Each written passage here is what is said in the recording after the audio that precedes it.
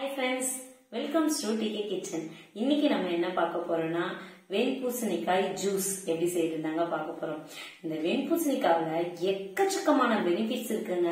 அதுவும் இத நம்ம எதுவுமே பண்ணாம ஜூஸா அடிச்சு குடிக்கிறதால அதனுடைய பெனிஃபிட்ஸ் முழுமையா நமக்கு கிடைக்கும். இது வரைக்கும் நம்ம சேனல் நீங்க சப்ஸ்கிரைப் பண்ணாம இருந்தீங்கன்னா மறக்காம சப்ஸ்கிரைப் பண்ணிக்கோங்க. வாங்க இப்ப எப்படி செய்யுதுன்னு பார்க்கலாம். வெண்பூசணிக்காய் ஜூஸ் செய்யறதுக்காக ஒரு பீஸ் வெண்பூசணிக்காய் எடுத்துட்டு அதனுடைய விதையெல்லாம் எடுத்துட்டு தோல்லாம் நல்லா சீவிட்டு இந்த மாதிரி குட்டி குட்டியா கட் பண்ணி வச்சுக்கலாங்க.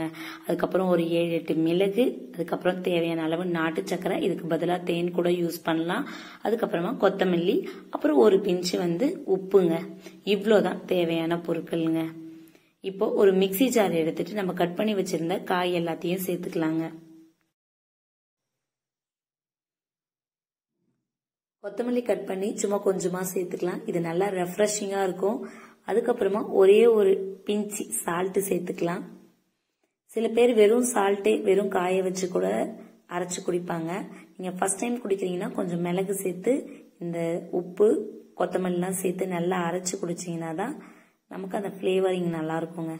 இப்போ நாட்டு சக்கரை சேர்த்து நல்லா அடிச்சு மறுபடியும் நம்ம இது பண்ணலாம். தேன் சேர்க்கறீங்கன்னா வடிகட்டினதுக்கு அப்புறமா தேன் சேர்த்துக்கோங்க. இப்போ ஒரு ஃபில்டர் யூஸ் பண்ணி நம்ம நல்லா இதை வடிகட்டி எடுத்துக்கலாங்க. தண்ணி நீங்க ஒரே ஒரு பீஸ் வெண்பூசணிக்காய் எடுத்திருக்கீங்க அப்படின்னா ஒரு 400 ml அளவுக்கு தண்ணி எடுத்துக்கோங்க.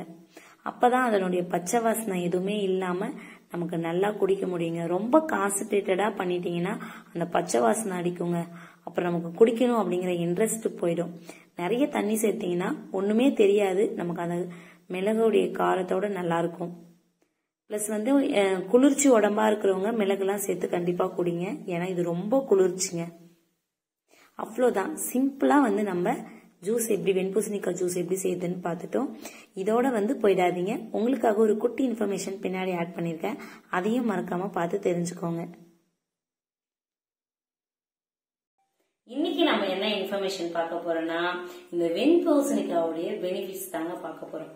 முக்கியமா ஏன் இந்த வெண்பூசணிக்காவுடைய பெனிஃபிட்ஸ் நம்ம பார்க்க போறோம் தெரியுமா? இதெல்லாம் யார் சாப்பிடுவா அப்படின்னு சொல்லிட்டு பல பேர் நினைச்சிட்டு இருப்பீங்க.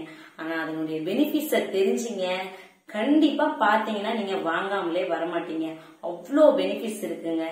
அதுல நீர்ச்சத்து, நார்ச்சத்து இதெல்லாம் ரொம்ப அதிகமா இருக்கு. இந்த மலச்சிக்கல் பிரச்சனை இருக்கிறவங்களுக்கு ரொம்ப நல்லது. அது மட்டும் இல்லாம இதுல நோய் எதிர்ப்பு சக்தி பிளஸ் அறிவாற்றல் அதிகமா நல்லா கிடைக்கும். டீடாக்ஸ் அப்படின்னு சொல்லிட்டு ஒண்ணு இருக்குங்க. அப்படின்னா என்ன தெரியுங்களாங்க? நம்ம உடம்புல இருக்க நச்செல்லாம் வெளியே ஏத்துறதுங்க. அதாவது நம்ம கழிவுகள்லாம், எஞ்சிய கழிவுகள்லாம் நம்ம குடல் பகுதிகள்ல ஓட்டிட்டு அதெல்லாம் நஞ்சா இருக்குங்க. இதை எல்லாத்தையுமே கம்ப்ளீட்டா வெளியேற்றுற வேலையதான் இந்த வெண்பூசணிக்காய் பாக்குதுங்க. அது மட்டும் இல்லைங்க, கேன்சரை இது தடுக்குதுங்க. வெயில் காலத்துல இதை எடுத்துக்கிட்டீங்கன்னா உடம்புக்கு ரொம்ப குளிர்ச்சிங்க. இதே குளிர்காலமா இருந்தா கொஞ்சம் மிளகு சேர்த்து பண்ணீங்கன்னா அது கொஞ்சம் பேலன்ஸ் ஆயிடுங்க. ரெண்டாவது இது வெயிட் லாஸுக்கு அவ்வளோ சூப்பரான ஒரு ஜூஸா இருக்கும். இல்லைன்னா அந்த காயை நீங்க எப்படி வேணாலும் எடுத்துக்கலாம். அவ்வளோ சூப்பரா எஃபெக்டிவா இருக்குங்க. இது கேன்சரை தடுக்குது. பிளஸ் இது பிராணசக்தி அதிகம் உள்ள ஒரு காய் அப்படின்னா அது இதுதாங்க. அதனாலதான் நம்ம வீட்டுக்கு முன்னாடி எல்லாம் இதை கட்டலாங்க.